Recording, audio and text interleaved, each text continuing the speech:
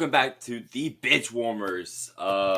It's your host, Jacob III, and your co-host, Gabe Caraway, as we brought you back another episode this week. We told you we were going to start doing that, so we're going to live up to our word. It's MLK Day, it's Inauguration Day, it's National Championship Day. I feel like we've been getting no buzz for the National Championship recently, so we decided to kind of just have a little bit of fun with it. But first, with college football, like me mentioning all that, we just do a little news roundup as we go with it because there's some news going around. Even though the Heisman race was pretty much almost a month ago, me and Gabe still really talk about it to this day, and so we kind of just want to share it with y'all, our thoughts about it.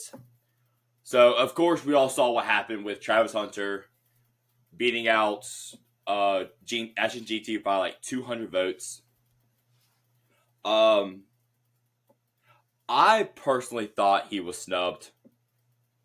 GT was snubbed just because that's a generational season he just had. He pretty much led running backs in every single stat. I mean, we're not going to talk too much about the playoffs because we also happened in the playoffs. I mean, it happened. But he led every single running back, pretty much every single stat of running back stature this season. And it was 146 yards before the postseason away from catching Barry Sanders in his record. The people in the top five, I'm going to see if I name off the top of my head. Barry Sanders, Melvin Gordon, Kevin Smith, him, and I want to say it's Archie Griffin. I think that's the top five, if I remember off the top of my head. That's some elite college football running backs right there. A lot of people don't know about Kevin Smith. That's my dog for real, UCF legend. But when you really look at the overall stats of GT compared to Travis, it was a snub. Only thing Travis led in all of his categories that he's in was, of course, snaps played. But when you're pretty much the best player on a team and you have to go both ways, you're going to play pretty much every single snap. There's no one better than Travis on the Colorado team. That's been established. Shedeur is all right, but really not that good. But when you look at the grand scheme of things, Travis was praised a lot. He was praised probably a little bit too much to give him credit for, but not to take away anything from him.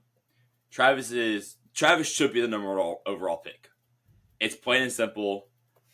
Either the one or the two. I mean, I don't know, Gabe, how you feel about it. Your team has it, so I think it's the teams that are up there. I don't think that's their biggest need, particularly the top three.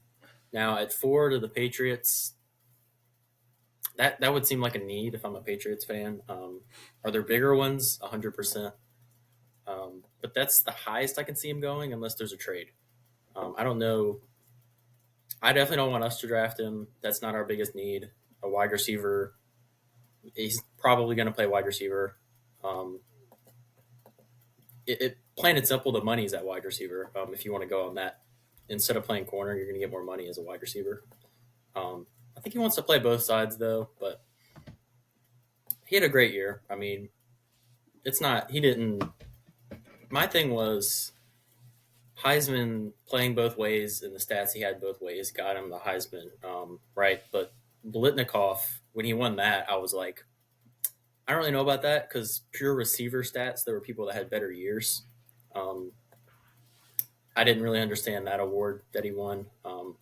I would have voted Genty for Heisman as well. But, I mean, Travis, he had 16 touchdowns. He also had 4 interceptions.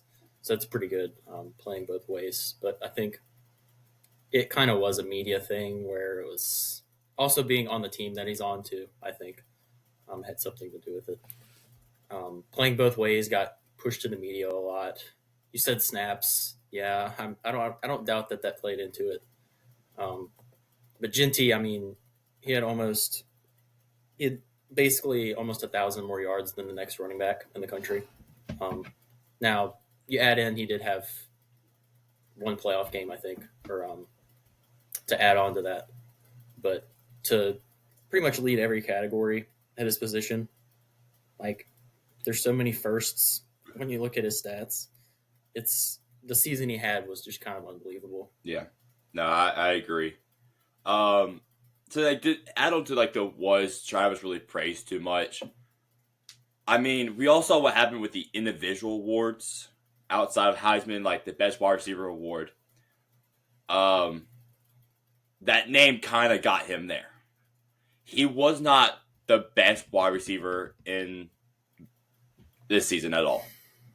I really don't think he was really top 3, but I will entertain it just because for the sake of the podcast and the sake of where it was. It really should have went to Nick Nash. I know former quarterback. He's like 28. He's old. He was at Amon-Ra St. Brown's draft recruiting class. That's how old he is. But I mean, when you win a triple crown as a wide receiver, it automatically should go to that wide receiver. And the same thing, you can say that about the tight ends for Warren and Farron. Yeah, but fan. Yeah, I'm not going to go too much into that just because Warren did deserve it just because he was so versatile all over the field. He played quarterback to tight end. He did running back, fullback, of course, tight end was offensive lineman for some couple of snaps. I mean, when you have a versatility like that, you can't teach that at all. But I will entertain the idea of Harrison should have got it just because of the triple crown for the tight ends. I mean, it is what it is. But yeah, I'll. What do you think? Where do you think Fannin should go in the draft? Do you think second round?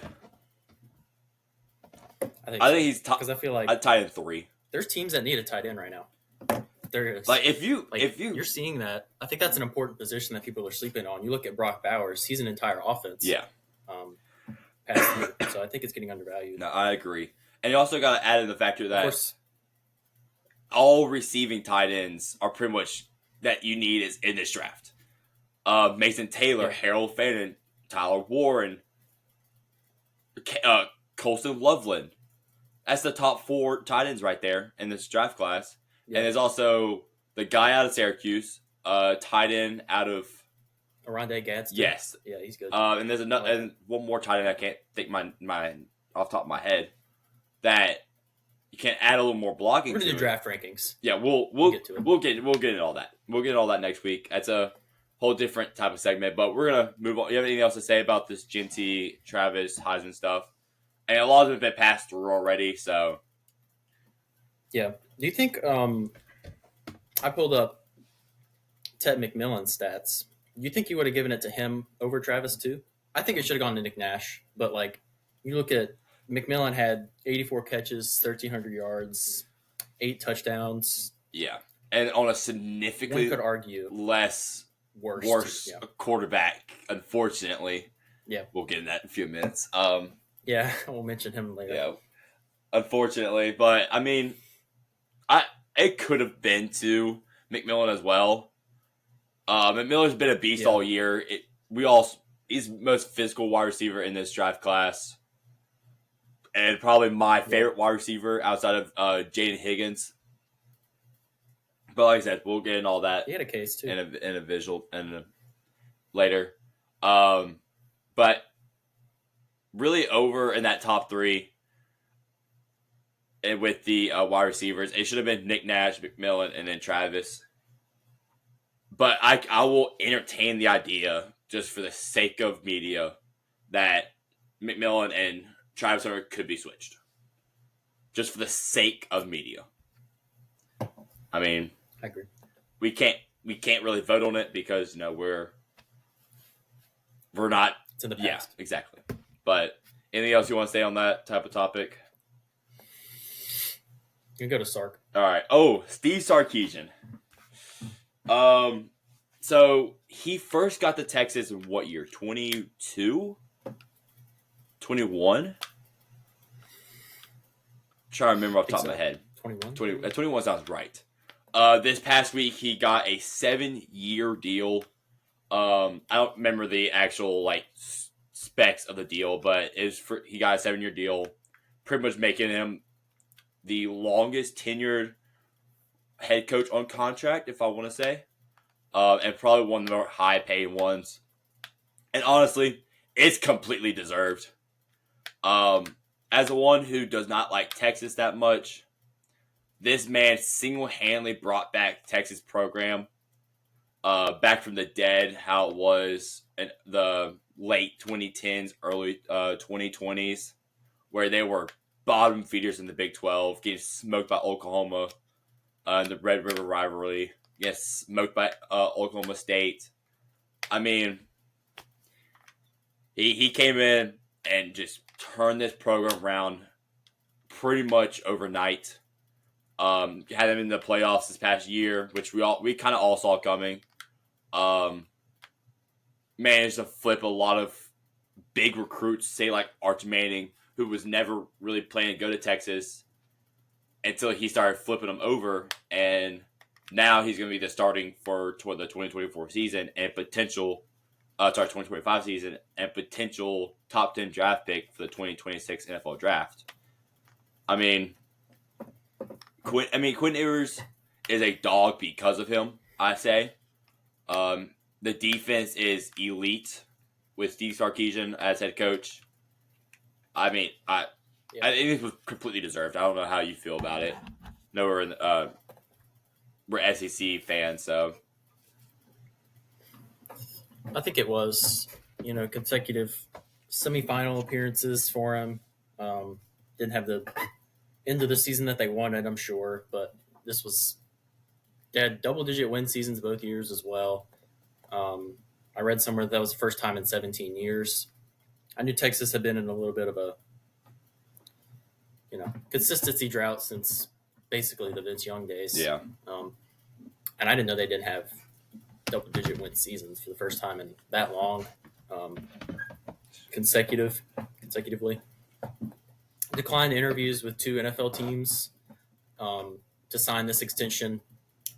Would have been interesting to see him go to the NFL, but I think it would have been too early. I agree. Being here, he was there in 2021. That's when he started out there. I think it's unfinished business for him to start. They're when he picked up this program, it wasn't exactly in the best shape.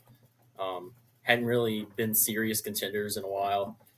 He's really built them around the quarterbacks that he's had, Ewers he had for a few years, and now really has to capitalize on the crucial ones with Arch that he has, which may only be 1 year. We'll see what Arch does.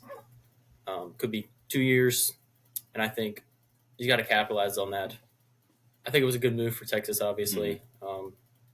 Surprising to see. You don't see. I don't feel like him. You don't see a coach stay in the college football when you get interviews from 2 NFL teams. Yeah. I'm sure there was interest from a lot of them, seeing the success that he's had. And Texas would have been screwed if he didn't. So, good deal for them. Yeah, no, I completely agree. And just the whole grand scheme of things of college football, especially during the offseason, around this time, you get to see the good old-fashioned transfer portal. I wonder if you have the same 5. I'm interested to see that. I probably, honestly, I could probably see it. So we're going to list off our top 5 transfers that we have. I'll let Gabe go first. Let him have some fun. I'm excited for this. Well, I want to get one out of the way because I know we're going to both have it. Not necessarily that we think he's this. Neither of us think he's a good player. I'm not going to lie. It's Carson Beck going to Miami. Yeah. Because it's a big move in the grand scheme of things. He was rated I don't even know what I think he was the He was the number one. highest He was rated. number one ranked transfer. Yeah. Which I think that's overall too. That's even like my first guy here, Mateer, who I think is a significantly better quarterback. If you look at the stats here for Mateer, it's 3,100 yards, 29 touchdowns, 7 interceptions, 65% completion percentage, and that was at Washington State. Didn't have the greatest surrounding cast, but still got it done for them. They had a pretty good season. They were ranked for a while. Some costly losses there towards the end of the year. He also had 15 rushing touchdowns and 800 rushing yards. So he's very much a mobile threat. I'm excited to see what he's going to do at OU. I'm excited too. That's an upgrade from Jackson Arnold for sure. Although I think Jackson Arnold, I think he'll figure it out. Yeah. I think he needed. I don't know if it's going to be at Auburn though. I'll be honest, but he does have a couple good receivers over there. Cam Coleman should have a big year next year for Auburn if everything works out. My third guy, I do have Casey Conception from NC State. My dog. A&M. That's my dude. I love that guy. He had a little bit of a dip in production. 2023, he had 71 catches for almost 1,200 yards and 10 touchdowns. But last year, NC State as a whole was not as good. They were actually really bad. Their quarterback, Grayson McCall, he retired like mid-season, if I remember correctly, and he got injured. Yeah. I don't even know who the heck they put in after that. But they started out bad that year anyway. He had less than 500 yards last year, 8 total touchdowns. So just not the year he wanted as 2023, living up to that. But I think A&M should have more success there. They did pick up a couple more. I think they picked up like 3 receivers in the portal or something like that. But one of them already in the program, so that's not really surprising. And my fourth guy, you may also have him, the Tulane Green Wave. Mekhi Hughes went to Oregon. My dog. Which I think is a great pickup for them. I believe Jordan James, I don't know if he's a senior, but he should be going to the draft. So there should be a starting spot opened up for him. Back-to-back 1,300-yard seasons. He has 24 touchdowns in the 2 years he's been there. He was only a sophomore last year. Had 17 touchdowns. His averages are good. He got 5.3 both years he's been there. 1,400 yards. And then he's a great pickup for Oregon. They had a pretty good year rushing-wise. I don't think it was a significant dip. Jordan James was pretty good. I think he was kind of underrated. Obviously, and then they had Bucky Irving the year before that, who we know is a dog. Yeah. So excited to see what Mekhi Hughes is going to do. Oregon's going to look a whole lot different next year, so that'd be an exciting team to watch, in my opinion. The last guy I have is Patrick Payton, going from Florida State to LSU. A little biased, but he was but he was like a top 5. I think he was a top 5 transfer prospect. He is overall. number 3. Maybe top 10. I'm pulled up right here. Okay, yeah. Which I think, if you look at last year, like 9 tackles for loss and 4 sacks, it's not great. But the thing is, 2023, when he had actual other pass rush threats like Verse and also Braden Fisk, they were both still there. He had 12 TFLs and 7 sacks. So we know he has the talent. We know he has the production. I just think last year, I mean, obviously as a whole, Florida State just kind of just exploded into the biggest trash heap I've ever seen. How many games did they win? 2 or 3? I don't know. I want to say 2. It was bad. It was really bad. I want to say 2. That was bad. So, yeah, that's my 5. But yeah. I completely agree with 1 and 2. It's Carson Beck and John Mateer. Carson Beck, I really think he's going to succeed in Miami with Mario Cristobal as his head coach. They're starting to put pieces around him, and of course, you have the girlfriend effect of him. Shout out the Cavender twins. Please listen to my podcast. Think he can have a Cam Ward year though? I think he can. No. I like Cam Ward much better than That's fine. That's fine. But I do like Carson Beck. I've always been a decent Carson Beck fan at times. Other times I do hate him. But yeah.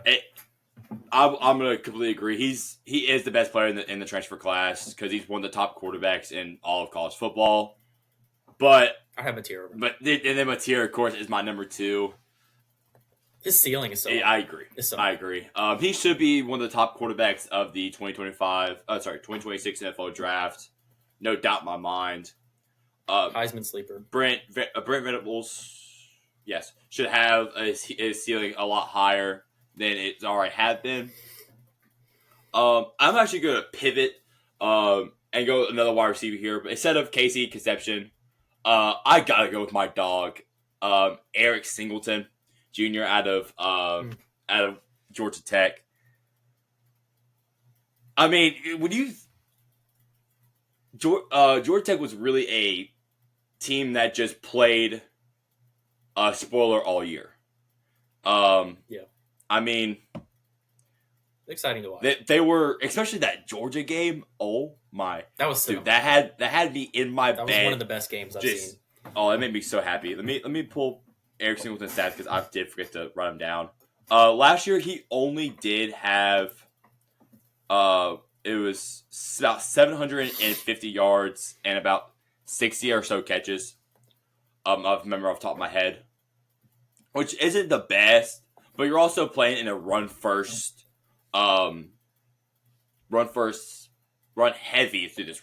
heavy play calling with, of course, Haynes King and running backs they have there. You're kind of on the outcast of it. But when you're going to Auburn, you're gonna have Jackson Arnold, Cam Coleman, so they're gonna want to pass the ball a little more because Jackson Arnold can sling that thing when he wants to. I mean, it's not a known fact. He was number one. He was one of the top rated quarterbacks for a reason in his draft class, in his recruiting class. But if you go look on 24/7 and you get the score down all the way down to about 70, you will find my number 4, Ahmed Hardy from ULM to Missouri. This guy is a absolute dog of a player. Let me pull up a stats as I did forget to do it. Ahmed Hardy. This guy was the single reason ULM was halfway decent last year, and that's not an unknown fact. This is the reason why he was one of the highest rating transfer this year, 4-star transfer, wanting to do anything and everything. He had 237 carries, 1,351 yards, and 13 touchdowns. And he's only a freshman. Only a freshman. That's insane. Dude's an absolute dog. Dude's going to be a dog for years to come. And just to end off my top 5, you said him. It is going to be Pat. Oh wow! Where can I list that? There we go. Patrick Payton. A little biased, of course, because he's going to LSU. But I mean, him and Zachariah Branch are my 5A, 5B. Zachariah Branch didn't really have production this past 2 years, but the ceiling of him is so high, especially in a Georgia offense where Gunnar Stockton can sling that ball, can sling the rock. He just didn't get to show it much last year. But I think him and Gunner's going to really raise the ceiling of the Georgia Bulldogs. But they're going to also can add to a serious bad floor just because of we don't know how Gunnar Stockton is going to look. And while we're right here on the transfers, I do want to point out that USC is losing their top 2 wide receivers, and Zachariah Branch and Deuce Robinson, into the transfer portal. So, and they're also losing their top offensive line in Emmanuel Pregden. So it's definitely something to look out for, but nothing too crazy. Yeah. But yeah, that's all I have. You have anything else you want to add? And yeah, Zach Branch and his brother went from Yes. USC to Oh yeah, Georgia. did that. I think his brother's a safety or something. I don't know how good he is, but I just know they went together. That's all I have. Yeah, no. And also, I want to shout out that San Diego State quarterback that did transfer to Iowa. I did a lot of research on him. His last name's like Gradikowski or something like that. He was apparently like the top rated quarterback over the past 2 years in FCS. So I'm kind of excited. Hopefully, Iowa's offense gonna be somewhat bearable now. Probably not, but we don't know yet. But yeah, we're gonna losing Caleb Johnson. Ugh. Yeah, that's Ugh. Player of the week legend in my heart right there. Dog. That's your dog. That's player of the week legend. I'm so high on him. Okay, we're gonna okay. So we're gonna go to the of course college football. It's national championship today, so we're gonna go ahead and get into the national championship game picks and discussion between Notre Dame and Ohio State. I love Notre Dame to death. I love their offensive scheme. I love how they play. But man, when they run 83% man on defense, that's something to be kind of looked out for Ohio State with Mr. And blank his name. Of course, I blank his name. Oh, Jeremiah. Yeah, Jeremiah Smith. Yeah, he had 1 catch for 3 yards last That's game. true. He's pretty good. But to be fair, Texas ran a lot of zone, which they should. I think Notre Dame's corners are better though. That's true. They've been pretty impressive. That like last week against Penn State, that was pretty impressive.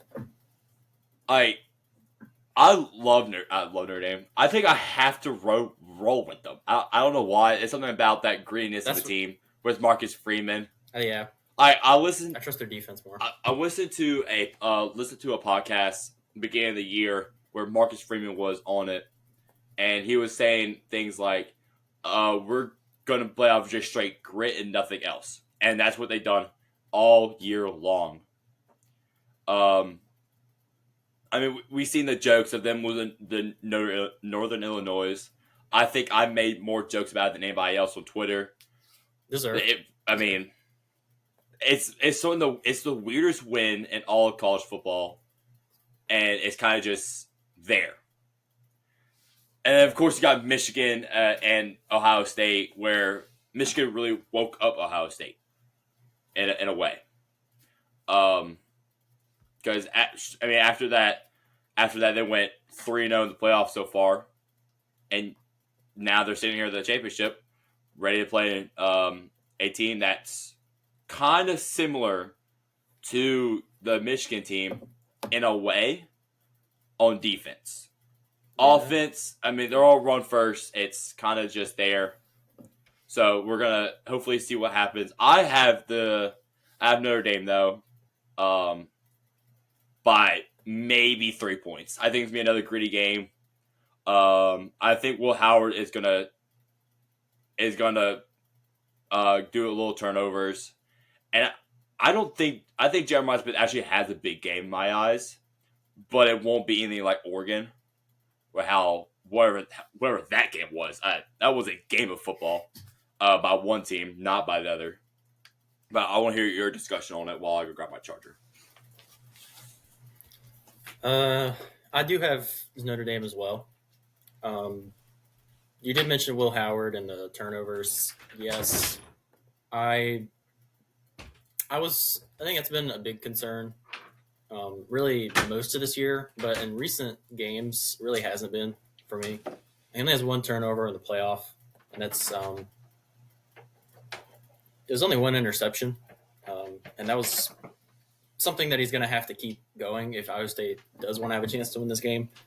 Notre Dame is first in takeaways. I think it's like 2.3 a game or something, and they've been able to do that. Haller and their offense was rolling last game, and they made him look rattled. They forced him into a lot of bad throws, interception that he had too. So I think up front, I don't trust Ohio State's offensive line that well. And we saw what Notre Dame was able to do blitzing and all that stuff against Penn State, getting pressure. I think they'll be able to do that.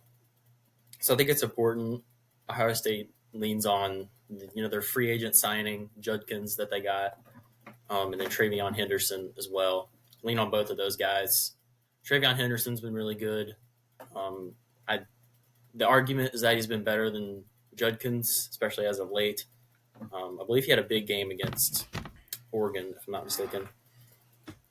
And the rush defense for Notre Dame hasn't been like, I think we're used to seeing them be like one of the top ones, but they're in the low 50s ranked as a defense, rushing wise. And Penn State was able to do that. Now previously, I don't think Indiana was able to run the ball very well, but that's not really surprising. Penn State had a monster. They have two guys that they really like, and that worked. Didn't win them the game, but I think Judkins and Henderson's very similar. That's a pretty good duo to lean on. So they just got to take care of the football. You got to get Jeremiah Smith more catches than one. That's not going to be enough. You ever do it last, but I don't trust it.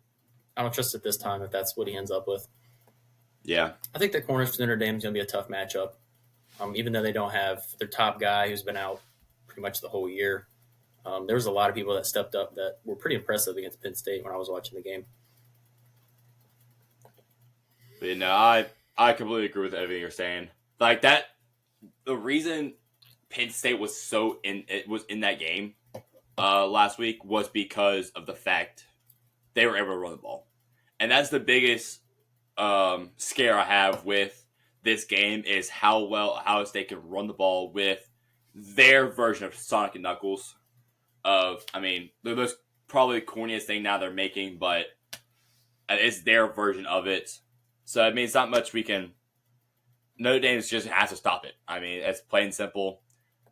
Force Will Howard to throw.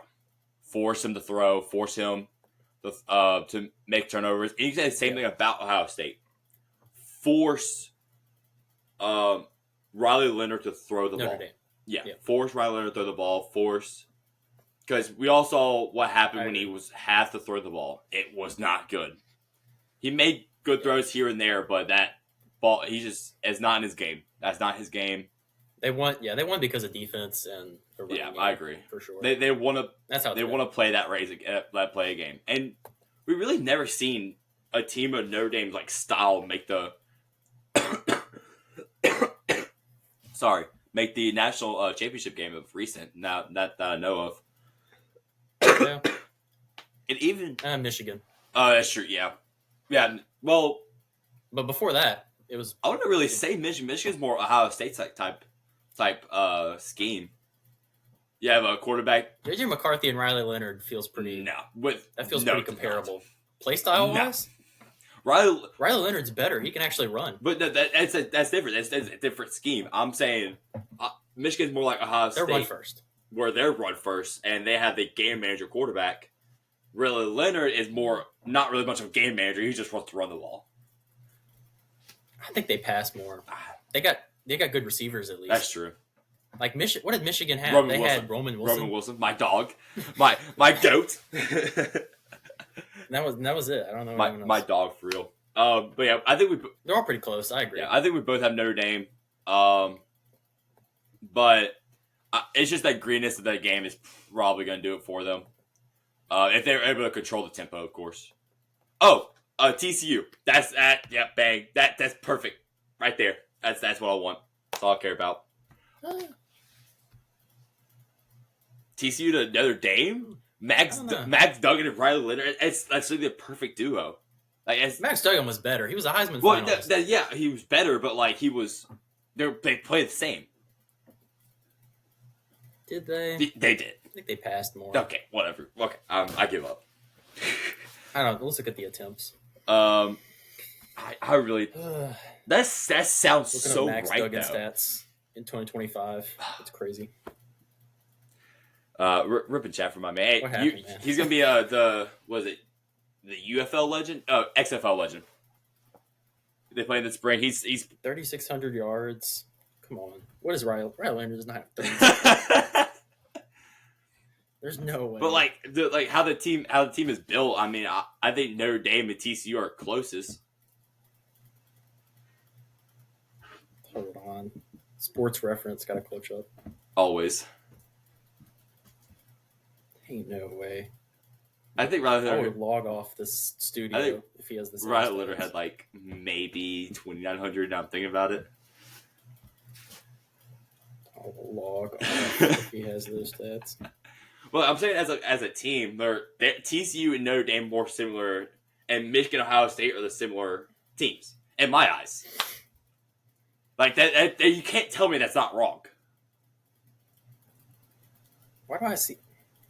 Why is it so hard to? Okay, there we go. Oh my god. Yeah. Not even close. He had 1,000 more yards. Okay, look, you're not hearing me out. You're not hearing me out. I understand. Attempts wise. Let's see. I think Max Duggan had a lot more attempts too. Oh my god. Yeah. All right. He had 419. Riley Leonard had 372. Okay, it says okay. But yards wise and touchdowns, it's not Okay, close. whatever. We're gonna move on here. So we don't get an argument between us. Max Duggan, Riley Leonard argument. Gabe, go ahead and I would pull. have never expected that. Go ahead and pull up the you know what to pull up. It's that time. So let's do Heisman yeah. first. So we at the beginning of the year we made a good old fashioned picks and contenders. We'll do Orange. Of course, we'll do every year in the Dark good old orange graphic. Hope y'all been like the new graphics of recent. We decided to make a change to it all. They're way better. But yeah, we're gonna start with our Heisman picks. If you go to our page, it's all the way at the bottom. It might be on the screen here. We don't have our editing software anymore, so we're gonna try to figure it out. But yeah, it should be somewhere around here. It should be back up. TikTok's up, so it should be back up. We use CapCut. We'll probably use something different. We probably need to use something. Yeah, rip. But yeah, our Heisman picks. I would like Gabe explain his because he has the easier thing to explain. His main pick was Dylan Gabriel, and his dark horse was Luther Burden, which that one does hurt. That one does kind of suck. Brady Cook let me down. That's fair. That's fair. And mine is my Heisman pick, Jalen Milroe. Oh gosh, and this is where that was bad back then. No, it wasn't. No, it wasn't. Whatever. The sleeper pick is Noah Fafita. Okay, hear me out. I'll go ahead and explain mine. Hear me out. So, beginning of the year, I do remember typing my notes. I went back. I remember saying Jalen Milroe will have a Jaden Daniels type season.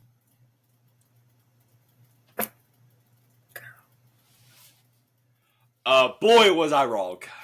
Boy. Oh, boy, was I wrong.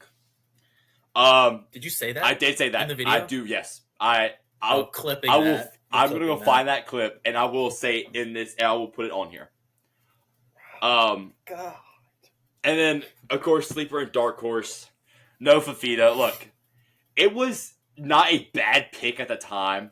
It was a pick. It was a pick at the time. It was, yeah. He was coming off. Had an elite receiver. He was coming exactly. All the things were there. He's coming off great games. But Arizona was good. 2023. They were. They probably won like 10 games, something like that. And of course, this year they lost their offense coordinator, which played a big factor into it. And no Fafita is also 5'10", so like I said, plays a big factor into it. Yeah, but he had a good year. He did. They were 10-3. Yeah, I'm so good. But everything was there for my picks. It was just not there at the same time. We didn't want to go say, oh, Travis Hunter's probably going to win it. Because we really thought he wasn't at the time. I didn't think he was at the time, really. All the bet. Ashton Genty could have actually been a dark horse because he had a good year in 2023. Yeah, he had like I saw that. He had like 1,300 yards, I believe, if I'm not mistaken. He was good. But we're analysts around here, guys. Don't worry. We know ball. Trust. Yeah. And it's just good. I feel good about mine. Dylan Gabriel wasn't a bad pick. I think we're just gonna know ball. Just say it off our contenders list. It's right below the Heisman picks. Top three Gabe's contenders: Ohio State, Oregon, Georgia. Okay, that's good. 4 and 5: Alabama, Michigan. Ah. With Auburn, Michigan being Missouri. You had Michigan on your graphic side. You had LSU, man. I'll talk about. We'll explain. Don't worry. Look. I have Missouri. They were ranked. They right? were ranked. They finished ranked. They finished like in the 20s, I believe. Cook. That's not a contender, Gabe. But they were ranked. Come on. LSU and Michigan. Come on. Michigan. Really? Michigan? You had I Michigan. don't know what I'm talking about. I don't see Michigan on my page. They're my honorable mention. Oh yeah. What's this little M down? And then of course my top 5 was Georgia, Oregon, Iowa State, Texas, LSU. Cook. Oh, and then my honorable mention was Michigan, of course, because why not? Yeah. I had to play into it. But we also both thought Alex Orji was going to be someone of a quarterback, and not. Hold on. You picked Jalen Miller as a Heisman, and you didn't have Alabama on here. Oh yeah, I do remember that. That's weird. I do remember that now. That's weird. Oh look, that's what happened to. There should have been. Sure, that happened to LSU. I said I was gonna have a Jaden Daniels type season. I said that. I said that. We're clipping that. We will clip it. We will find it. That. But guys, we are known analysts around here. Trust. And we're gonna show it more with we ranked the last 10 Heisman finalists, and we might cook here. I'm gonna say my top 10. We're just gonna go straight off. We're gonna say number 1. Let's go and get it out because it's the same. Joe Burrow. We can go ahead. Joe Burrow. Yeah. It's not we're gonna both say our top 10s. I'm gonna say mine, and then he's gonna say his right after, just for the reels. But here we go. My 10. Joe Burrow, Baker Mayfield, Bryce Young, Jaden Daniels, Lamar Jackson, Kyler Murray, Derrick Henry, Caleb Williams, Travis Hunter, and Devontae Smith.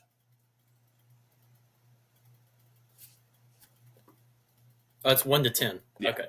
Okay. I'm gonna go. I guess I'll go 1 to 10 as well. So, my number 1, I got Joe Burrow, 2019. Mm-hmm. Number 2, I got Baker. Number 3, I got Lamar. Oh, I don't have Lamar. Number 4, I have Bryce Young. Number 5, I have Caleb Williams. Number 6, I have Jaden. That was close. 5 and 6 was very close. Number 7, I have Travis Hunter. Number 8, I have Kyler Murray. Number 9, I have Derrick Henry. And then last, Devonta Smith, basically because of the game. Where's Travis Hunter?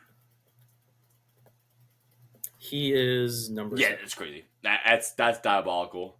No, I refuse to believe that. Of course, like number 1, Joe Burrow. It's consensus. We all knew that. Number 2 should. I think Baker. Number locked. 2 Baker's locked. I had Bryce Young at 3. Look, he had a great year. Lamar had 21 rushing touchdowns, man. I don't know. With the worst team. Jaden Daniels 4. Now, they got spanked in their bowl game. They did get spanked, but LSU spanked. That's bad. Darius guys had that punt return. Oh my! I remember watching that. That still lives in my head. Oh what? Like was it 16-year-old? Like me and my dad were like, oh, like we jumped to the ceiling. I was running through the house. Mom was like, "Shut up, please! Give it 5 seconds." But I'm gonna switch Jaden and Caleb actually. Last second. I'll do that on the graphic that I make too. Lamar is 5 for me. That's great. Jay Daniels 4. Kyler Murray 6. I don't know how you have him at 8. Kyler Murray, you're not giving him a lot of credit. This dude was a baller. He really should. He could be top 5 if Lamar didn't have that great of a season. And Jay Daniels, of course, Bryce Young, and Derrick Henry, of course, he was throwing mans around. In 2015. Where do you have Travis? 9. Okay. 9. No, it should be 9. I'm gonna have to read him. I did this. I didn't know. I thought we were ranking it together, so that's why my list is kind of. That's why I'm changing it all over. I'm gonna have to re-say it for the real, probably. And then number 10, of course, is Devontae Smith. I mean, you can't really do do much for him. If we were doing on pace stats for him, he'll probably rank a lot higher than he actually does. But for the sake of just being fair, we kind of have to play conference only schedule. Exactly. Like he gets a lot of credit for it. I really could switch him and Travis, and I would be okay with it. I don't think Travis is probably the worst Heisman out this list in my eyes. He's the only one that was really snubbed. I mean, not really snubbed, was snubbing other guys. So, and people even had like the argument for Jane Daniels and Bo Nix. Blah, blah, blah, blah, blah. Like that argument that happened. That made me cringe every time I see it.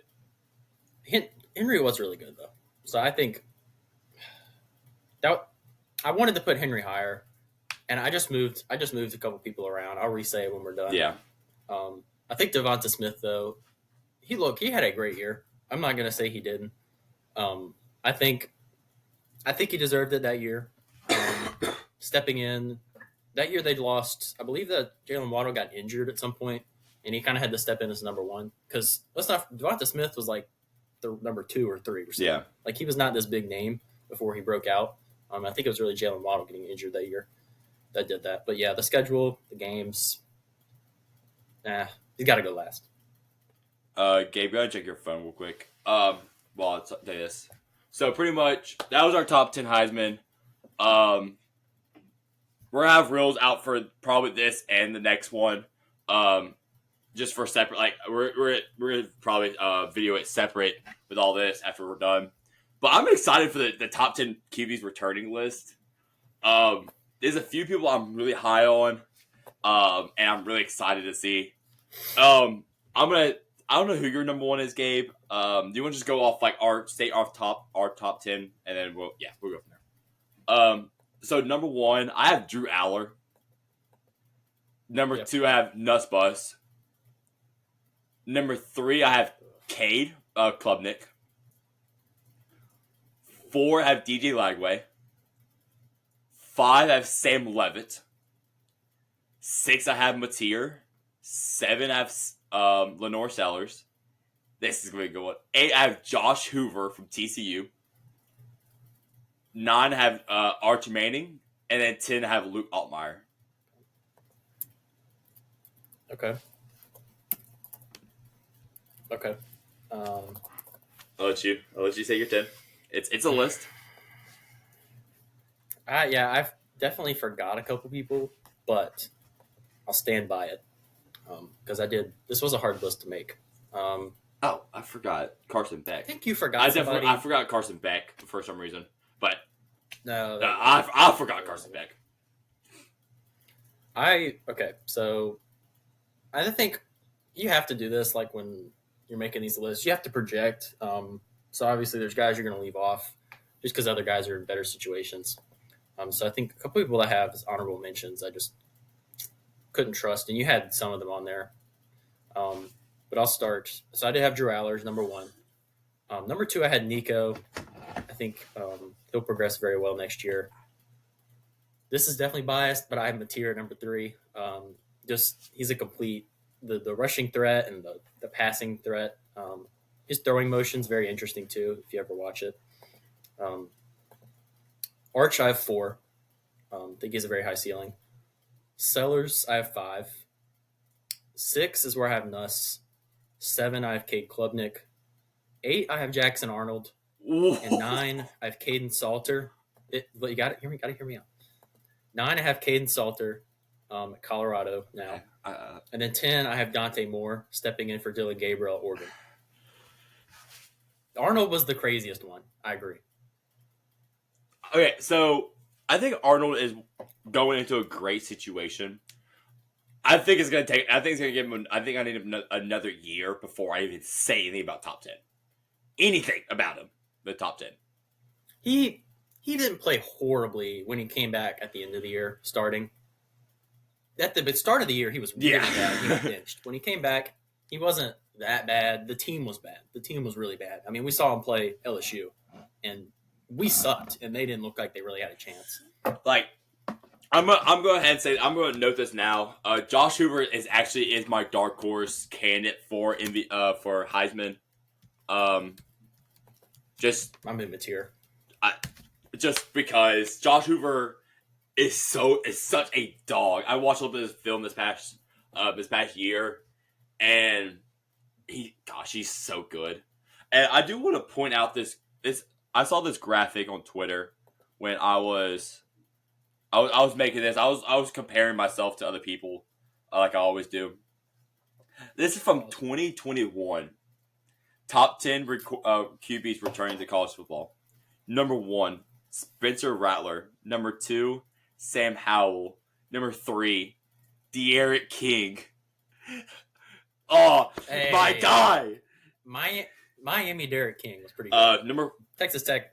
Number 4, Dylan Gabriel. Number 5, Michael Penix Jr. Number 6, Matt Corral. He was good at Ole Miss. Number 7, Grayson McCall. Rip. Hey. Coastal Carolina legend. He was good. Coastal Carolina. Carolina. Oh, number 8, DJ Ugalagale. Clemson. No, he was never good. He was never good. Number 9, Miles Brennan of LSU. The start of that 2020 Miles Brennan. He was so good. Such a dog. He was so good. And then number 10, Caden Slovis of USC when he was there at the time. Ooh. That one. Ooh. That was bad. That one was bad. He was bad. Also, I saw this one as well. What was number 10? That was 10. That was Caden Slovis. Oh, okay. I saw this one out the blue of 2024. Wait, which one was it? Let me find it real quick. Okay, yeah. So this is the top 10 QBs in quarterback and college football history before Joe Burrow. So this is 2019. Number 1, Tim Tebow. Number 2, Peyton Manning. Number 3, Matt Leinart. Number 4, Tommy Frazier of Nebraska. Number 5, Vince Young. Number 6, P. Diddy, Deshaun Watson. Number 7, Roger Staubach. Number 8, Doug Flutie, Boston College legend. Number 9, John Elway, Stanford legend. And where's Cam Newton? Sammy Bowe of TCU. Where's Cam Newton? Dude, I don't know.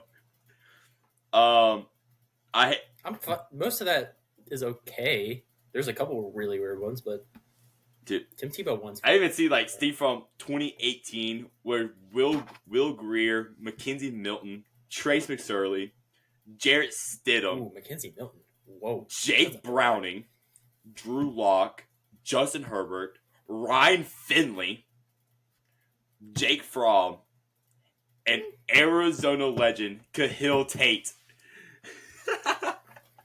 Hey, Jake Fromm, man. Washington football team legend. The real new. Hey, those who know. He was a legend. Those who know. But yeah, that's our Heisman. We just have a little bit of fun with it. Now. Hold on. Give me your top 5 because I think I forgot somebody. For the QBs, just your top QBs 5. returning? Yeah. Drew Aller, yes. Nuts Buzz, Cade Klubnik, DJ Lagway, Sam Levitt. Yeah, that DJ Lagway. That was the one.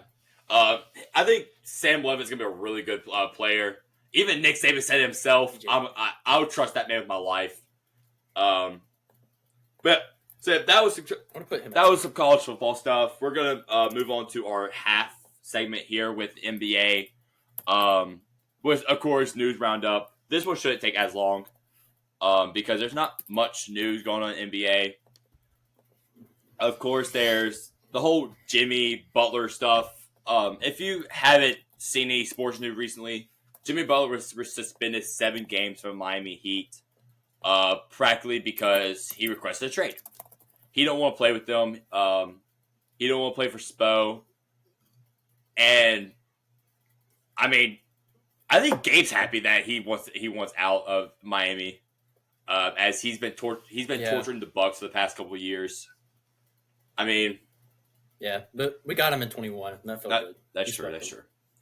And then he sent Drew into the does shadow realm in 23, 22. But this is the Look, last 2 games from when he got back from suspension. He's bad. That's what they Yeah. were. January 17th versus the Nuggets. 33 minutes, 18 points, 7 for 15 from the field, 0 for 3 from 3, 3 rebounds, 2 assists. The Spurs. That's not terrible. January That's 19th. bad. 28 minutes, 8 points, 3 for 7 on the field, 0 for 1 for 3, 3 rebounds, 7 assists, and 2 blocks.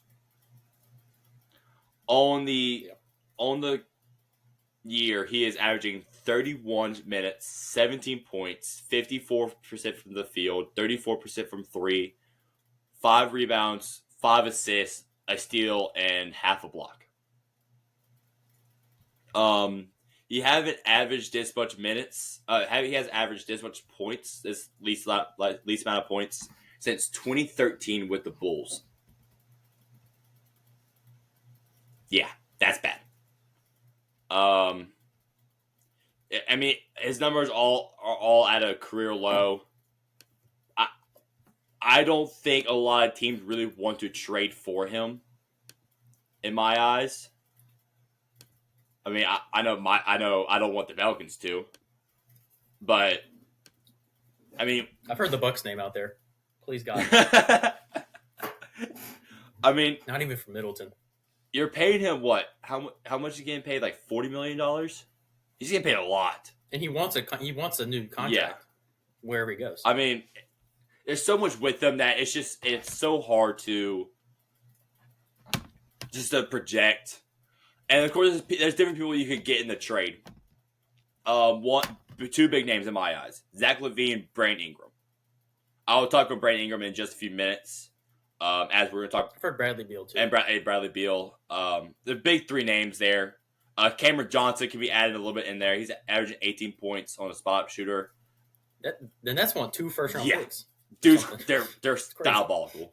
Some say, but I mean, people are going to trade for that because when a spot shooter is averaging 18 points per game, that's something you kind of need, especially someone like on a bad, especially someone like the Thunder.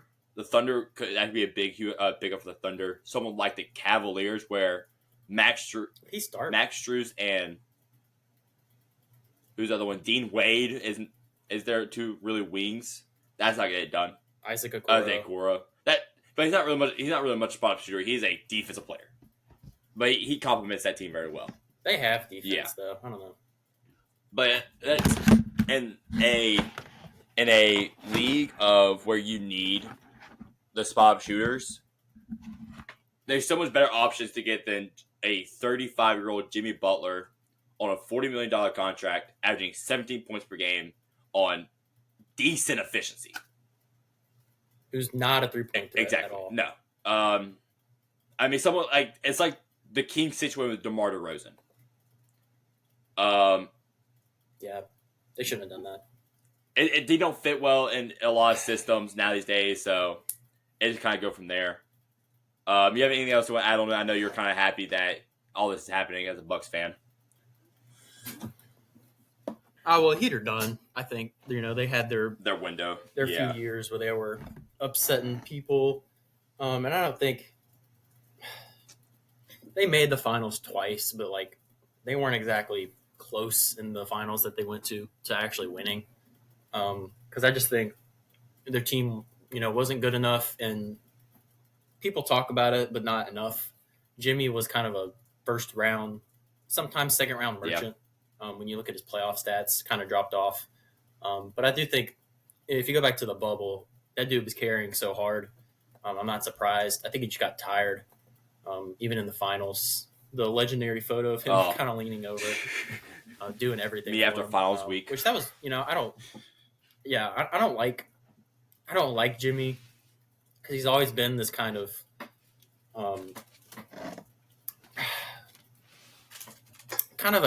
I don't want to say a cancer, but we've seen it in 2 stops, not including the Bulls. But I will say the Timberwolves and 76ers, that's kind of why he left those 2 stops. It was kind of I don't think it was a great fit for the locker room. Wanted out, and we're kind of seeing it again here, where he wants out, or he wants a contract, and he's just not playing up to it anymore. Yeah. And the Heat, I don't think the way he's playing this year, I don't think the Heat, even if they kept him, I don't think it's in their best interest. They're not gonna.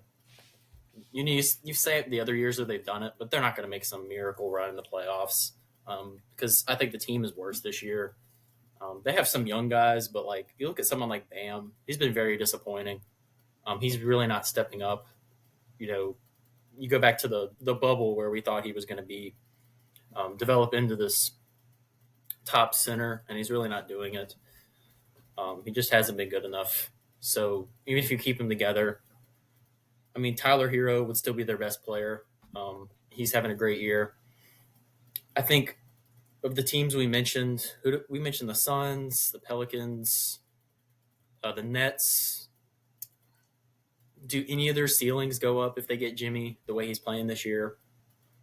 If for someone like the Pelicans, that doesn't make any sense to do right now as a team. Please, I cannot deal with that right now. An aging locker room cancer who wants more money for less contributions, for lower stats than his previous years. The Nets, I don't see how that makes any sense for them. They should not be paying old stars right now. They should be trading and getting more picks. That's what they need to be doing. So someone like the Thunder, yeah, for Cam Johnson. Maybe we could talk about that in another episode. Yeah. Closer to their trade deadline, because they have picks to give. If they do want to make a run, they feel they need to add him. I think the Nets should be interested. Someone like the Suns, like Bradley Beal is the name that's getting thrown around. I think there's reports that Jimmy kind of wants to go to the Suns, or he wouldn't mind going there. He kind of wants to play with KD and D-Book. I don't really see what the Suns could give the Heat. That would make sense. Bradley Beal for Jimmy. If anything, I think that's a loss for the Suns. Bradley Beal's, I would say, is having a better year. I think he's averaging close to 18 or 19 points a game last time I checked. He's actually not shooting that bad this year either. He's playing better. I don't think that makes any sense. I don't think the Suns should do that. I think the Heat are in a very tough spot right now. I don't really know what they can do to get out of this. Yeah, it's definitely hard because not a lot of people want to trade for this guy. I could see 76ers bringing him back, but even then, that's just this is not a fit. Another aging wing. This is not a fit that people want. Also, speaking of NBA, I'm watching the Mavericks and Hornets right now. Daniel Gafford has 27 points. What a guy. How's Kyrie? 11 points. Fair enough, yeah. I'll mention him in a little bit. Oh, no. And so for the next one here is just a little close to my heart. It's just the Pelicans. Pelicans in general. It's not really a Pelicans like rant. It's the good old fashioned Zion. Zion's future with the Pelicans. It is actually fine. Look, me and Zion are in a very emotionally abused relationship. And I'm perfectly okay with having that. Gabe is that one friend that's saying, dude, get out of that. You're done. You're cooked. Me saying, I just want him. I do. I don't want anybody else in my life. I just want Zion in my life.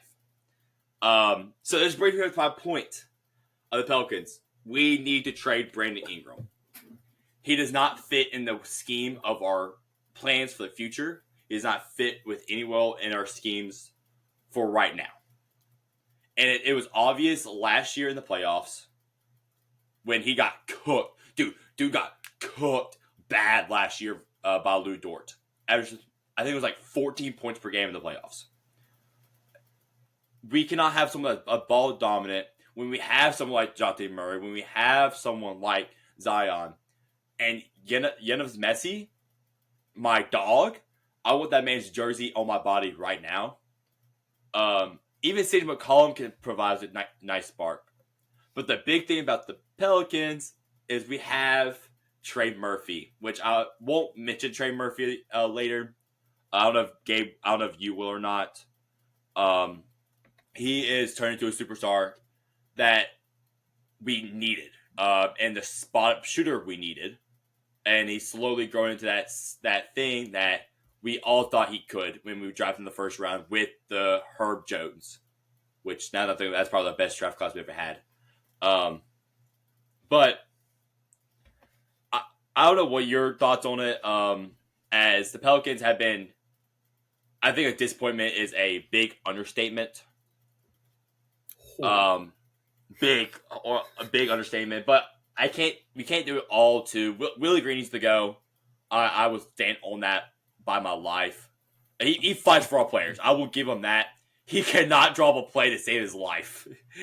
Cannot draw up a play to save his life. So how much of that do you think is like they had a lot of injured players this year? Do you think that's it's big? Anything at one point in time, or is he just at one point in time we were starting Alfred Payton. He's waived. At one point in time, we had 90% of our salary cap out. That's bad. And I hate to say it. I think. I hate to say it, but I mean it's we're cooked. It's plain and simple. We're cooked. Oh, I mean, yeah, the season's over, but like, I think it's the trade deadline's the most important period for y'all. So I think that should be exciting to watch to see what they do or don't do. Yeah.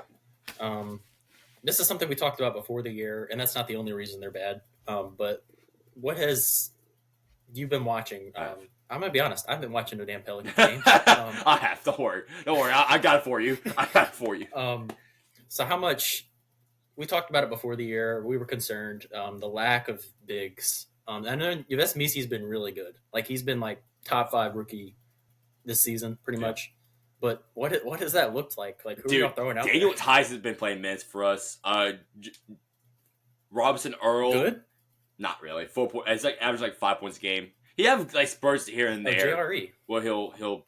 I didn't know JRE. Was he'll do good. JRE is awful. He's not good at the sports. I don't know how he still has a job after his Thunder stint. Still, we just kind of been having him. We played Jermichael Green at the 4 a little bit here and there. Ooh. Of course, we got Zion at the 4. It's the big's always been. I've been saying this since day one. Can we just trade for Nicholas Claxton? I've been saying this since last year's trade deadline. That he would fit so well in our scheme. Him or Miles Turner. He would fit so well in our scheme. Now, I'll be okay. I'm okay with moving Yves Messi to the bench because he's really not that good of a center. He's not. He's young. He's young. He's athletic. He would. For a rookie, he may grow into something. I don't really know. I could see him averaging 10 and 10 off the bench. That's like a Daniel Gaffer type style player. That's what I can see. Is he a shooting He threat? is not. Or is that he is not. Ware? No, he is. He is a lob threat. I will give him that. He is a lob threat.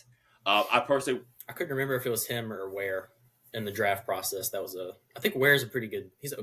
Ware hasn't played that much this year either. I'm thinking about it. Yeah, but which is bad. I mean, the Pelicans unemployment's been an understatement.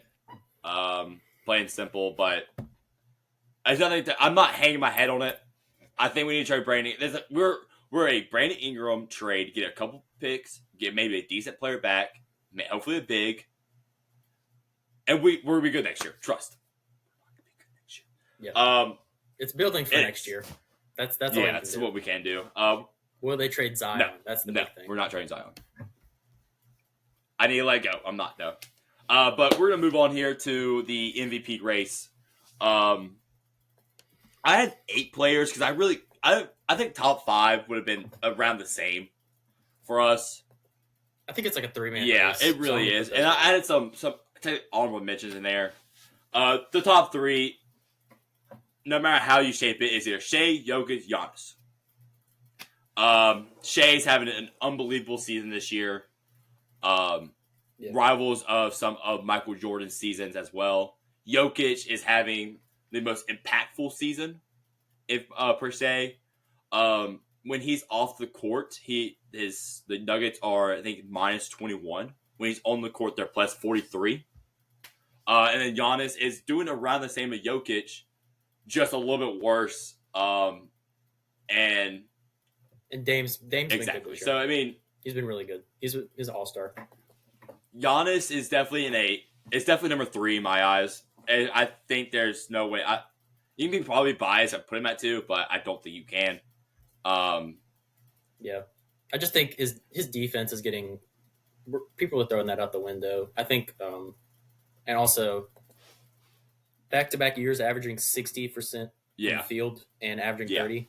He's the only person that has ever done that, and he did that last year. So he could do that back-to-back years. Yeah, I agree. But I think our team's not that good. The 1 and 2 is it's like this close. I don't think they're any day it could sway in my mind. Right now I have Jokic 2, Shea 1. Yeah, I agree. Just because Shea has been so good of recent versus really good teams. And that's not understatement of Jokic. Jokic is shooting 50% from 3 as a center. I think he's going for 3 straight triple doubles right now. I think that's the streak he's on, if I'm not mistaken. I know he's had it for the past 2 games. I know that for sure. His scoring's going down of late, too. Yeah, I know. He's not having to do as much. I know when Jamal Murray went for like 45 randomly. I had this random 45 game. Jokic scored like maybe 10 points without even trying. He went like 3 for 4 the field and just kept passing the ball. I mean, when you're on a team like that, that's what you kind of have to do. The Thunder is built around Shea. The Nuggets are built around Jokic. The Bucks are built around Giannis. I mean, those are the 3 impactful players. But I'm gonna go into 4 through 8. I have here. Number 4 and 5 are interchangeable. I think you probably would have them at 4 and 5 as well. It's Wemby and Tatum. I did post a tweet the other day on my personal account. It's gonna sound crazy. I would have Cat as a honorable mention. He's like number 9 or 10 on mine as well. I'll get to it in a second. When Tatum had 5 points and 4 rebounds versus the Hawks at halftime. I said, yes, the Duke of Boston's most prized possession, and had a picture of him, doing awful at the game of basketball. Apparently, Celtics fans are calling him the Anomaly. That's his nickname. I heard Green Mamba as well from the yeah. Duke of Boston. That's a meme, though. I've seen so people were straight face using the Anomaly, and I was like, "Are you I hate kidding me?" people. But that's so bad. Jason Tatum's just corny. Is what it is. And Wemby, I have Wemby 4, Tatum 5. It could be interchangeable. I really don't care how it goes. I mean, Wemby's just a dog in general. He's doing things that scares me. Even though he hasn't had the best, he hasn't had the best of stretches recently. That's why I think Tatum should be 4 in my eyes, and it wouldn't be 5. But I mean, it is what it is. Right, I have Sabonis, which is kind of crazy to say. Sabonis of late has been dominant since Mike Brown's firing. He's averaging around 26 points per game. He's had a stretch. He had like a 4-game stretch of 20-plus rebounds. He's a dog, is what it is. Number 7, I have Ant. I think that's playing. Ant is literally the Timberwolves' offense. He's shooting really good from 3. Like, his efficiency's really good. Yeah, I agree. Of late, he hasn't been the best, but I mean, when you kind of have to carry your whole entire offense on your back, it is what it is. Because the Timberwolves decided to trade for Julius Randle and Dante DiVincenzo. And at number 8, and my number 9 can be interchangeable. Number 8, I have Donovan Mitchell. Number 9, I have Cat. I mean, Donovan Mitchell has been such a great player this year, besides the 2 times they played the Thunder. And of course, Cat's been he's dropped off a little bit, but he's still been good. And of course, Cat's been such a great player. for the Knicks. Best trade they've done in God knows how long. Of course, he's been hurt with a sprained finger, so he's haven't been playing the most. And number 10, even though he hasn't been the best of late, I have Anthony Davis. It's kind of his production has been really good this past year. He's always been near the top 10 of conversations for MVP. Ever since he got drafted. So that's my top 10. I don't know if you have a top 10 or whatever. I just kind of did honorable mentions. I only have that's what I figured. Because I just yeah. You can do All-Stars. All right, All-Star time. I don't know how All-Stars work this year. I kind of just did my top 6 guards and top 6 front court in my eyes. I did. Well, the teams are weird, but it is 5 starters from each side, and then there's 7 reserves. Okay, so 6 and 6. Okay, perfect. That's what I did. Okay, perfect. On my guards, I did for the East. I did LaMelo, Donovan Mitchell, Jalen Brunson, Cade Cunningham, Damian Lillard, and Tyrese Halliburton. My front court for the East. Tyrese Maxey. Tyrese Maxey. My fault. I just did Tyrese. I meant Tyrese Maxey. Front court is Giannis, Tatum, Kat, Mobley, Paulo, and Jarrett Allen. For the West guards, I have Shea, Ant, Devin Booker, Norman Powell, James Harden, and Luka. I don't know if Luka can play. I just kind of did it. I don't know if he can play, but then no Steph. My would be switched out for Steph then. I always been going between him and Luka, but I didn't know he could play or not. Norman Powell is really underrated. He won't get in, but he should. Front court is Jokic, LeBron, Wemby, Sabonis, Durant, Seguin. Okay. I'll run through. I'll do. Since I set mine up starters. Okay. Bench, and then you get 2 wild cards because it's. I think it's 2 guards and then 3 front court. On the bench, so there's 2 wild cards. Yeah. I'll just do the whole East first. The starters, I would have Brunson, Cade, Tatum, Giannis, and Kat. I think those last 3 are pretty much locked.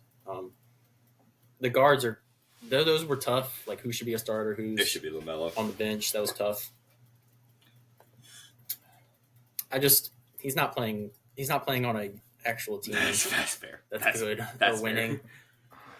So it was tough to put Cade, who's leading a really mid roster, to pretty good for. Again, you look at the roster. They're 8th in the. They're playing right now, so playing in the East, I believe. I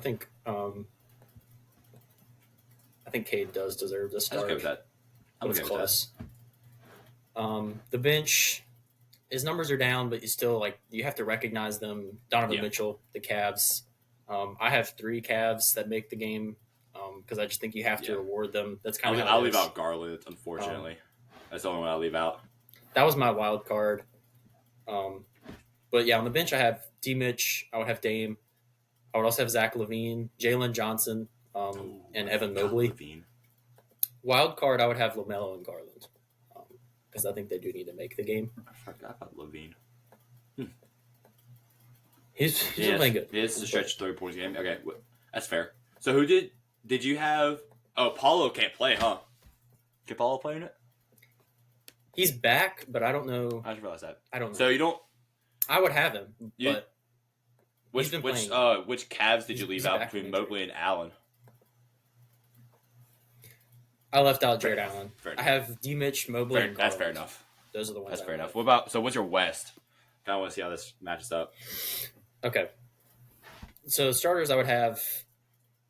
This is.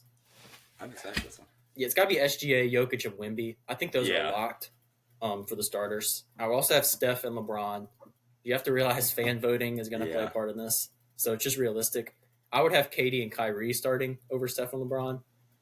If you go off numbers and everything, Kyrie's playing since Luka got out. I think he's been playing very well. I think he deserves to start. I'd have Kyrie at all. I would have Ant, Kyrie, KD, Anthony Davis, and Jaren. Okay. That would be my bench. I would also have the wild card. I have Şengün, and then the second one would be Sabonis or Fox. I couldn't decide. I don't think Fox should get him. I'd probably lean I don't think Sabonis. Fox should get him. That's just me. I think it should be I agree. Sabonis, probably. At least close. Yeah, that's I like that. That's good. I think I didn't have any problems with yours. I think Norton Powell should make it. I think he should make it. I'm be voting him in. But yeah, it is what it is. But yeah, that's Şengün, just I think, our should big also- main segments there. We're just gonna keep on going. To one of my new favorite segments is, of course, Hate Hoops and Hoops Credit. I've been really excited for this one all week because I've been really doing my research about this game I did it for the past 5 games did these numbers. My Hoops Credit could go on for another week or so. But for my Hate Hoops, where I only hate on hoops, it's Kyle Kuzma. I hate that guy. God, I hate that guy. Hate Kyle Kuzma. He's on the last 5 games, he's averaging 12 points, 4.6 rebounds, 4 assists, 36% from the field, and 25% from 3. I turned on a Nuggets game one time all season, and I watched up airball 3, and I immediately turned it off. Wizards. Yes, they're playing the Pelicans. Okay. You said Nuggets. Yeah, I meant Wizards. They're playing the Pelicans, and I saw an airball shot. I'm like, yep, nope, not watching this anymore. It's hard to watch him. Yeah. I agree. And then for my Hoops Credit, where I only give credit around here because I hate hating, I have Scoot Henderson. Dude, so just this past yesterday, he actually just got the starting role back on the Trailblazers from Shaedon Sharpe. Shaedon Sharpe was my original Hate Hoops, but his numbers were too good for it. He's averaging 18 points per game, so it was too good for it. But for Scoot, he's averaging 21 points, 4 rebounds, 7 assists, 53% from the field, and 47% from 3. On the season? For the past 5 games. And that's the only where I pulled numbers from this past week or so. He's a Hate Hoops alumni for me. He is a Hate Hoops alumni. A couple episodes ago. Good for him. I'll let you. Yeah. Love that guy. Yeah, for some reason, my Hate Hoops got completely... Like, when I transferred it to my own notes, it's not even on here. So, I did not do one. I forgot to do it. I will have 2 next episode that we do for NBA to make up for it. My Hoop Credit... I actually thought you might shout him out, but it's Jalen Green. Yeah, I was. And it's Jalen Green since the new year, January 1st. 30 points per game, 53% field goal percentage. He's shooting 50% from 3. He's averaging 4 rebounds, 3 assists, but that's not his game. It's not his game. He's there to score. You got Şengün really running the offense. 4 threes a game in that stretch as well, and 67% true shooting percentage. Just, I think, playing his way to a most improved player spot. And on defense, I think in particular, I don't know if he's ever been a horrible, no good, very bad defender, but I think this year he's really taken a step. I think he's been pretty – damn it, he's been good on defense. I agree. I didn't really see that coming into the year. Of course, the Rockets are second in the West right now. Him and Şengün really proving that they can be really the 2 cornerstones on this team. And then you also they have a great supporting cast. I think we said that before the year that they were going to be a underrated team. I think I had Ime Udoka as my coach of the year. Not sure he'll win that. I think it'll be the Cavs coach probably.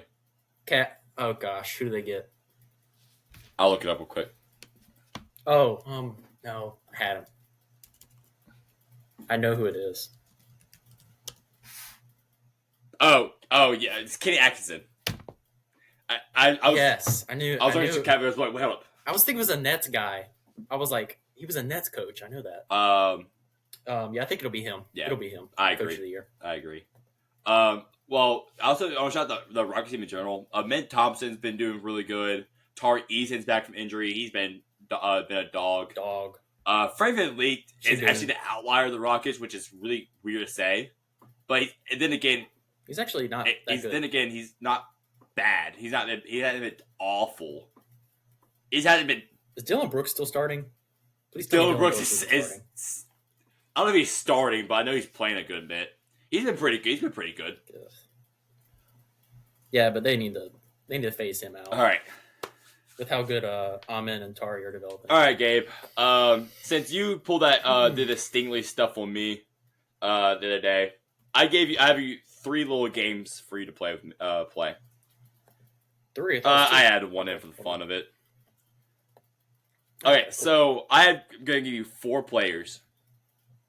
Okay? I want you to rank these players in order. Okay? Number 1, Chris Paul. This is NBA, yes, right? NBA. Number 1, Chris Paul. Was this all time? Number 1, Chris Paul. Ooh. Number 2, Steve Nash. Number 3, John Stockton. Number 4, Jason Kidd. I'll let you think about it for a minute or so. Yeah, this is tough. That's a good one. I would have to, and it's tough because he was really good.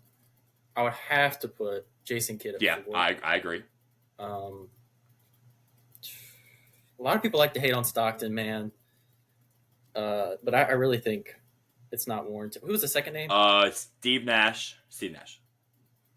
Ooh, I hated him with 2 MVPs though. he. I have mine fully ranked, by the way, just to let you know. I would have to keep that list in its order. I'm okay with that. I'm okay with that. This is Nash. Oh God, Nash won 2 MVPs. Give me Chris. Yeah. Keep the list. Yeah. Mine is Steve Nash 1, Chris Paul 2, John Stockton 3, Jason Kidd 4. That's good.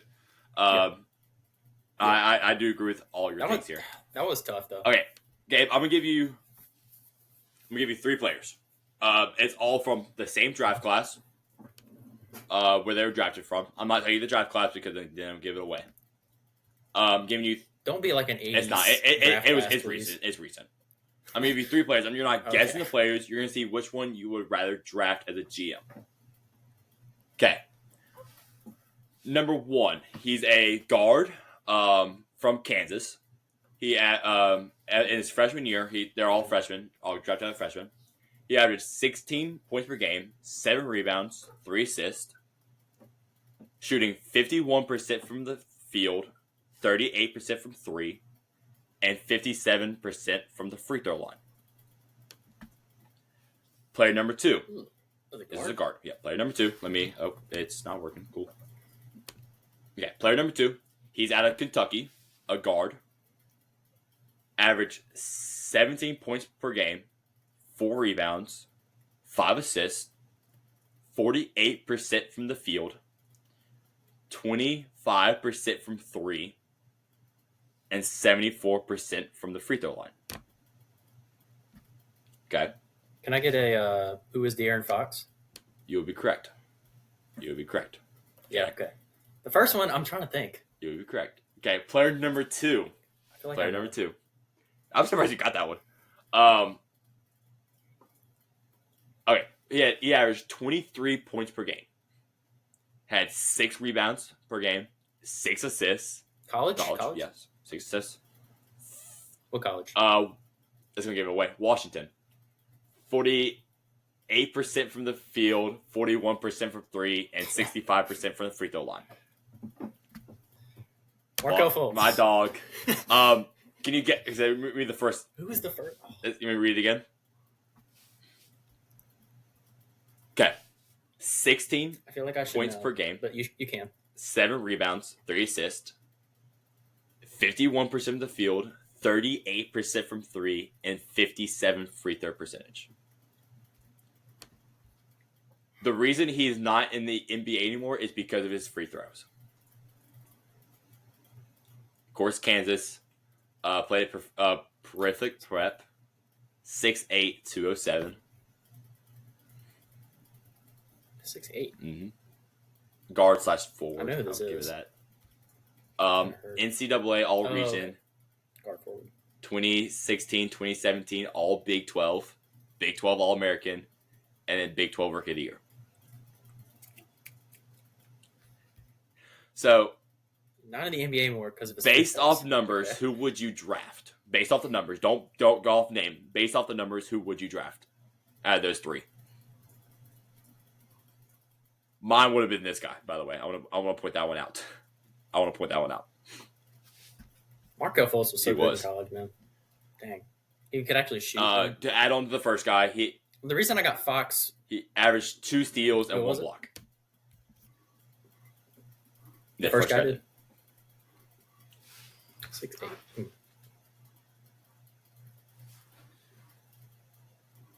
not good at guessing colleges, I suppose. I know who I feel like I do. So when you're ready. The reason I got Fox was the bad 3-point percentage in the free throws. I didn't want to say this. I didn't want to say the draft class because it gave it away. Probably, and Kentucky. I think Kansas. I feel like I have their players confused with Kentucky a lot of the times. You may go ahead and say it. It's Josh Jackson. Oh man. In this scenario, I would have drafted Josh Jackson over Markel Fultz and De'Aaron Fox. Was he a guard though? He was a guard / forward. And what it says on his thing. Markel Fultz. I actually, when doing research, I didn't think it was that much of a dog. He was. I think he was worth the pick. I agree. I agree with that. All right, now for the last little game I have here for you. It's time to guess the NBA player all the time. I'm gonna go off accolades first, and then I will go to the actual stats and maybe a scenario that you may know him of. Okay, you're gonna give me like the main team that he is recognized. I will. You will know. You will about to find out in a few minutes. All right. Okay. We're gonna first off very vague. He was a 10-time All-Star. Any guesses off that? Just name a name. Okay. No, there's so many. There's so many. I'm trying to think. Just keep going. He was a 2-time NBA champion.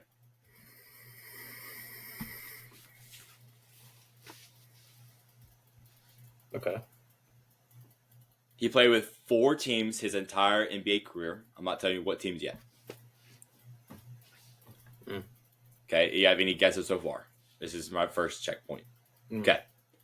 In his career, may not be good at this. He averaged 19 points per game, 4 assists, and 4 rebounds, 3 assists.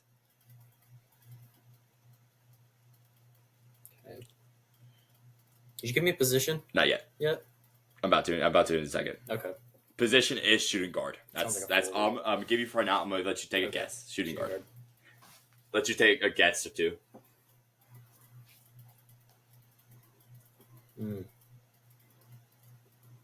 Two-time NBA champion.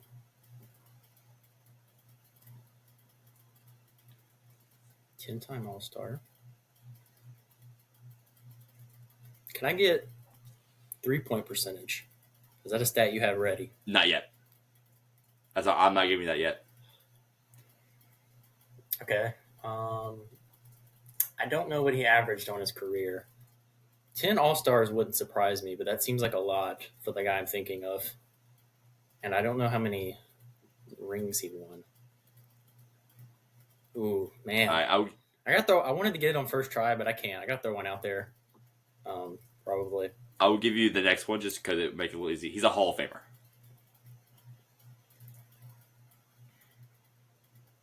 4 teams. Oh, wait, 4 teams. He didn't play with... No, maybe. Yeah, 14. Yeah, I'll make sure that's right. Yeah, okay, yeah. I forgot that little set. Yeah. Okay, sorry. Yeah, 4 teams. I don't think he played for 4 teams. Ray Allen was the guess that I had, but I didn't. He was a shooting guard. I just don't know what he averaged on his career. 19 feels pretty close. Is Ray Allen your final guess?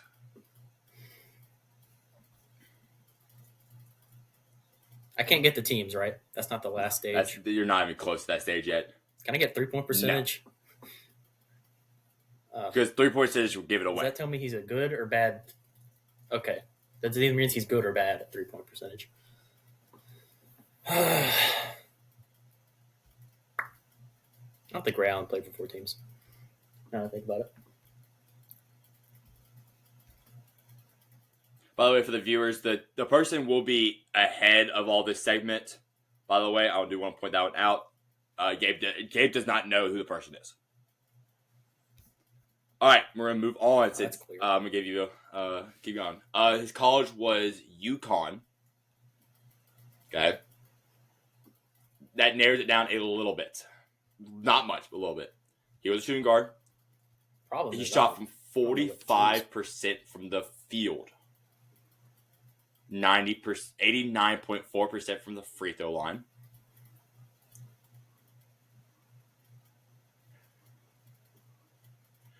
One of his nicknames is Skinny Walt. I'm not going to tell you other nicknames of his because he has 4 he was listed as. One of the teams he did play for is Seattle. Did he go to UConn? Was he a... What was his steals per game?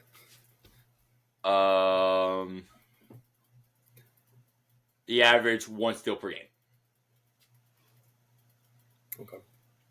It's not him. He was all NBA teams 2 times and an MVP candidate 2 times as well. Okay. What other awards? That's it. Yeah, that's it. He was never high on the MVP list. He made an All-NBA second team in 2004 and All-NBA third team in 2001. He played in 1996 all the way to 2014. Seattle. Teams in order. Milwaukee, Seattle, Boston, Miami. Rebound by Bosch. Back out to Allen. His 3-pointer. Right. Bang. Yes, I gave you Ray Allen as the first part of it. And the last little thing I had here was his nickname was Jesus Shuttleworth, that everybody known him as. I couldn't remember I forgot about Seattle. I was like, there's no way. I forgot about Seattle when I first had him. I'm like, there's no way he knew that Seattle he played for. So I'm going to go with that. Because I knew it was like, he's definitely thinking of Gary Payton when he said steals per game. I could tell in his mind. Yeah. Well, I guessed Ray, right? Yeah, you had it right, but you kept second guessing yourself, so I just moved on. But yeah, so we have here just one last little thing. Me and Gabe had a debate last night. We're just gonna do the debate, not the top 5. Okay. Me and Gabe debate a lot. It's just who we are. And we need y'all help decide something. It's I don't know the Twitter. I don't have the Twitter post, but on Twitter, Gabe saw that he said Kringle cut is the best form of fries, which is true. No, it's true. No, I would die on that hill. Waffle fries is top. Is waffle fries number 2, Kringle cut number 1. It's yes. Crinkle cut they're so like, I don't know. Every time I have crinkle cut, it's like just like soggy. It's not waffle fry. You get that crunch. You get the crunch out of the. You get the crunch out of the. There's so much texture. Oh my gosh! You get the crunch out of the crinkle cut. No, there's way more texture in a waffle fry, man. It don't matter about texture. It's way better with it. Like with a lot of restaurants you will see crinkle cut, not waffle fries. You know why? Because they're better. Because they're better. They're better. But they're easier. They're easier to cut with potatoes. They're easier to cut with the potatoes. They're mass producing a lot easier over waffle fries. I'll die on that hill. Just because they're easier to make. And plus the waffle fry, you get that little end of it. I'm the only one that likes the end of my family's. Yes. The skin? No one likes the skin. Yes, no one likes the skin. No. Dude, it's plain and simple. Crinkle cut. All right, we've been over so songs, right? Tell me, they're not that crunchy. You can't if you make them right. Think of it. And there's. But how many times have you gone to a place and there's bad crinkle cut? And bad crinkle cut? No, never. I never had a bad crinkle cut fry. Oh my gosh, dude. No. Waffle fry, dude. Yeah, I understand that. If you want crunch, it's waffle fries. I would like to mention these. Obviously, we have our top form of fry, but I'll mention these in the conversation since we're here. And I'll just run through them, and then we can. If I hear Schuster, I'm going to fight. It's going to be. Well, I'm just going through all the forms. So, regular. So your standard cut, right? Yeah. Everybody knows. Your McDonald's cut fries, pretty much. Garlic fries. Dog. Garlic fries. But that's okay. We're just gonna move past. Yeah. Curly fries. Okay. Not shoestring. Those are different. Yes. Different. Shoestring bad. What? Okay. Whatever. Okay. We're gonna keep going. Keep going. No. You're getting them confused. Keep going. Curly is better. Curly is the better. better one. But shoestring is still really good. Yes. No. Okay. Whatever. Keep going. Okay. Steak fries. I haven't had steak fries in a while, so. Or chips. I think they're called. I haven't had steak fries in a while, so I can't really say much on it. Wedges, potato wedges. Potato wedges are not good. Not good. And then you also have cheese fries and also chili cheese. We're gonna take away. I would separate those. And garlic fries, dude. Those can go away. Those can stay away. But those are better than cheese fries. I'm okay with that. I'm okay. Okay. Chili cheese fries is on top, of course. It's the best. Whatever. Garlic fry. But shoestring fry is a top 5 fry. Hold on. One thing. Okay. One thing. Sweet potato fries. No. Hate them. Ugh. Hate sweet potatoes in general. I hate sweet potatoes so much. But so much. That's all we have to say. Shoestring fry, the top 5 fry. I'll die that on hill. No. But so yeah, thanks for listening, guys. Curly fries. Whatever you're about to say. Thanks. Waffle Supreme. Thanks for listening. Thank y'all for being, of course, great listeners. As we go into this new era of our podcast, expect NFL sometime this week, probably around Tuesday. We're both snowed in, so we both actually have things tomorrow. That is true. That's true.